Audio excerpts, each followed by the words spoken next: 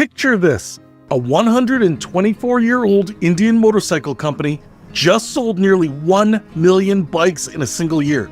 Meanwhile, the legendary American icon Harley Davidson, the bike that taught the world what motorcycle culture even means, just sold 150,000 units. That's not a typo. Royal Enfield is outselling Harley Davidson by almost 7-1. But here's the real kicker. Royal Enfield's export sales alone, just the bikes they sold outside of India, came within 44,000 units of Harley's entire global sales. We're witnessing the most dramatic power shift in motorcycle history, and most people don't even know it's happening. Act 1, the numbers don't lie. Let's start with a reality check that'll make your head spin. Royal Enfield sold a whopping 1,009,900 motorcycles between March 2024 and March 2025, which was a sizable 11% year-on-year increase. This number is almost 10 times as much as what Harley Davidson managed in 2024. 10 times more. But Royal Enfield didn't stop there. Royal Enfield's market cap is now $57 million higher than that of Harley Davidson. That's right, the company that most Americans have never heard of 5 years ago is now worth more than the Milwaukee legend. And if you think this is just about India's massive domestic market, think again. Royal Enfield's global sales saw a 37% rise, with the brand managing to sell 107,143 motorcycles outside of India alone. That export number alone puts them within striking distance of Harley's total worldwide sales. Here's where it gets really interesting. Royal Enfield also has one of the highest operating margins globally at 28%, while Harley's margins are 24.9%. So not only is Royal Enfield selling way more bikes, they're making more profit per bike than Harley. Act 2, the death spiral in Milwaukee. While Royal Enfield is celebrating record-breaking success, Harley Davidson is drowning in what can only be described as the perfect storm of bad news. Harley Davidson's 2024 annual report revealed a 15% revenue decline. And in the first quarter of 2025, global retail sales fell 21%, while motorcycle shipments dropped 33%. But wait, there's more. Harley Davidson saw a 60% drop in motorcycle revenue and sold 53% fewer motorcycles in its last quarter compared to the same period in 2023. 60% revenue drop. Let that sink in. North America, Harley's biggest market, saw sales drop 13% in Q4 alone, and the first quarter of 2025 didn't improve things, with global motorcycle sales falling another 21%, including a 24% drop in the US. It got so bad that Harley's management withdrew their 2025 guidance, saying they can't make predictions due to uncertain macroeconomic conditions and tariffs. When a company stops making financial predictions, that's corporate speak for "we have no idea what we're doing." And here's the brutal cherry on top. Used Harley prices are falling fast. Some models have lost nearly half of their value in just the last year. When your bikes are depreciating like used laptops, you've got a serious brand problem. Act 3, the age problem Harley can't escape. Here's the uncomfortable truth that Harley executives probably discuss in hushed tones behind closed doors. Their customers are literally dying off. According to Harley's own data, more than half of current and potential customers are delaying purchases due to economic uncertainty. But the deeper issue isn't economic, it's demographic. Harley built their empire on the backs of baby boomers who wanted to rebel against their parents' generation. Those rebels are now in their 60s and 70s. Recommendations include expanding dealer networks and developing mid-sized motorcycles suited to a broader spectrum of riders in emerging markets. Translation: they need younger customers, and they need them desperately. Meanwhile, Royal Enfield cracked the code that Harley couldn't. Sales have risen from a meager 20,000 in 2010 to 740,000 units in the 11 months ending February 2018, representing an ability to understand the experiential nature of the millennial mindset.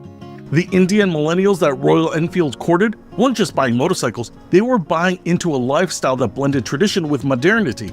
Despite being emboldened by new economic opportunity, they chose to cling to the past somewhat. Royal Enfield gave them exactly that. Modern engineering wrapped in classic, timeless design. Act 4, the price revolution. Now, let's talk money, because this is where Royal Enfield's strategy gets absolutely fetched. While Harley was pricing themselves out of reach of younger riders, Royal Enfield went the opposite direction. A 2019 Royal Enfield Twins model will set you back around $5,800. and they're lightweight and manufactured with simplicity and practicality in mind. Royal Enfield bikes require less maintenance, and parts are also inexpensive and easy to find. Now, compare that to a typical Harley, where you're looking at $15,000 to $35,000 for a new bike, plus the premium Harley parts and service costs. Harley raised prices knowing that consumers were tightening their spending, and it backfired. Here's a specific example that'll blow your mind. The Harley Davidson X440, not available in the US, versus the Royal Enfield Classic 350 is actually about $2,900 versus $2,400. But here's the kicker, the Harley X440 is actually made in partnership with Hero MotoCorp in India, using Royal Enfield's playbook of affordable manufacturing. Royal Enfield figured out something profound. Royal Enfields are well positioned to appeal to younger riders. They're inexpensive and attractive quality for people with little disposable income. While Harley was chasing higher margins with bigger, more expensive bikes, Royal Enfield was building an empire, one affordable, accessible motorcycle at a time.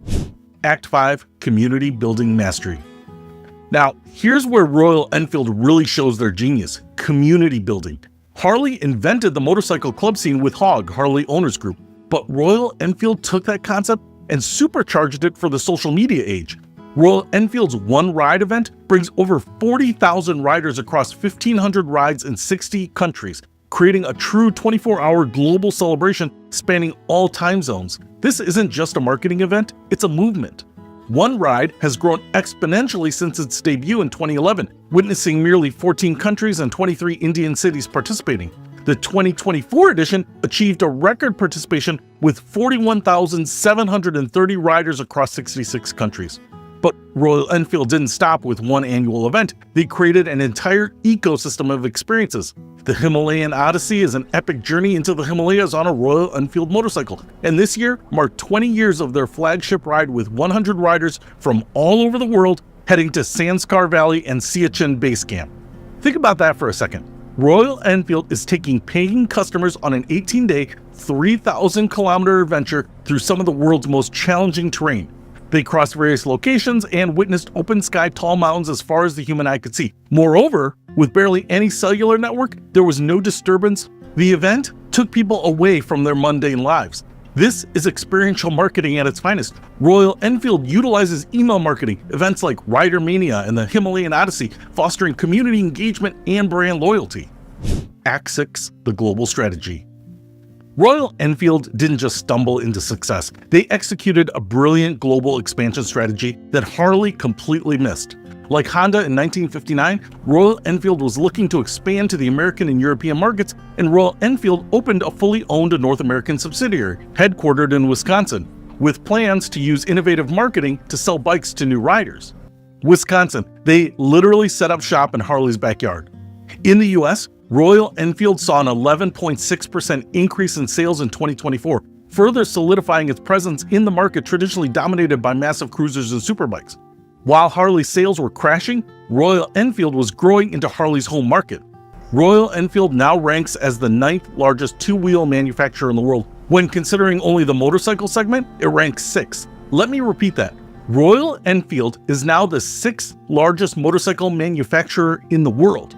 Their global expansion wasn't random. Sales growth was huge in the Indian region with 17% growth, but it was also relevant in Latin America, 68% growth, and in East Europe, 29% growth. They identified emerging markets where Harley's premium pricing made no sense and dominated those spaces. The philosophy that changed everything.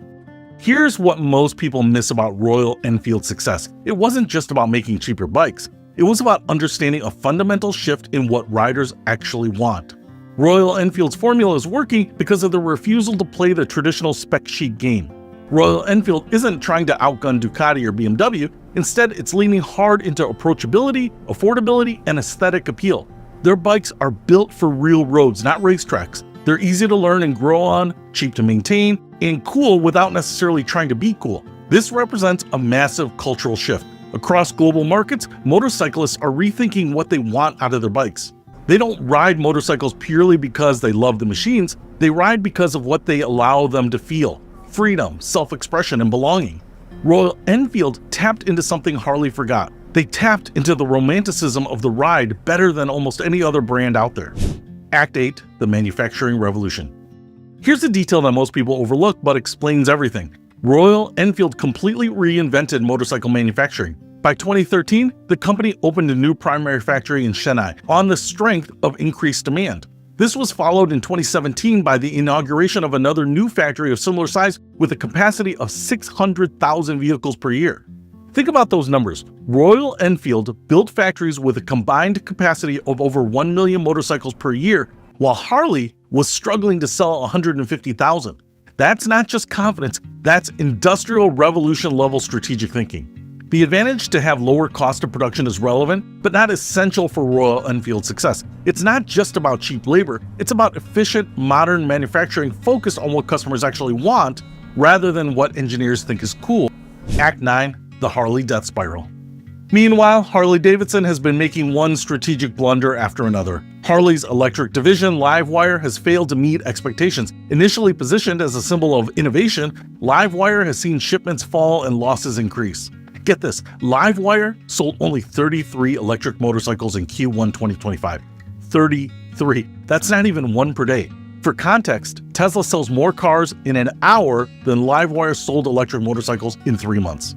The leadership turmoil tells the whole story. Soon after CEO Jochen Zeitz announced his retirement, the decision sparked further frustration among dealers and investors. The search concluded with the board announcing that Artie Starrs, formerly CEO of Topgolf International, would step in as the new president and chief executive officer. They went from a motorcycle company CEO to a guy who ran indoor golf entertainment into the ground. That's like replacing Gordon Ramsay with someone who managed a McDonald's. Act 10, the cultural shift. The most fascinating aspect of the story isn't just about business, it's about a fundamental shift in global motorcycle culture. Royal Enfield's offerings appeal to various demographics, including young urban riders attracted by customizable modern aesthetics. Also, the middle-aged enthusiasts drawn to classic designs, and female riders. Royal Enfield figured out something revolutionary. You don't need a $30,000 bike to feel like a badass. Royal Enfield motorcycles are significantly more affordable than their Harley-Davidson counterparts, making them more accessible to a wider range of riders. This accessibility created a snowball effect. Royal Enfield plans to release slimmed-down bikes to attract more women and young riders, creating lighter-weight bikes with lower seat heights. While Harley-Davidson was building bigger, heavier, and more expensive bikes for aging customers, Royal Enfield was building smaller, lighter, more accessible bikes for the next generation. Act 11, the network effect. Here's where Royal Enfield's strategy really gets smart. They didn't just build great bikes, they built an entire ecosystem. Royal Enfield operates an impressive network of over 850 dealerships in India, bolstered by 18 company-owned stores. But the genius move was their events strategy. Rider Mania brings together Royal Enfield enthusiasts from all over the world for 3 magical days on the sunny shores of Goa, with competitions, races, expert sessions, concerts, while having the party of their life. Rider Mania dates back to 2003 when it was first hosted in Goa and approximately 74 bikers attended. Now, it's the annual gathering of Indian Royal Enfield motorcycle owners that exemplifies the brotherhood every biker talks about. From 74 riders in 2003 to over 40,000 in the Global One Ride event in 2025, that's not just growth, that's building a movement. Act 12, the innovation gap. While Harley was stuck in the past, Royal Enfield was quietly innovating in ways that actually mattered to riders. Royal Enfield successfully merges its classic design ethos with modern technology, making each motorcycle both nostalgic and functional. Features such as Bluetooth connectivity and advanced digital displays enhance the rider experience while maintaining an authentic feel. They understood something crucial. Innovation doesn't mean making bikes that look like spaceships. It means making bikes that work better for real people in the real world.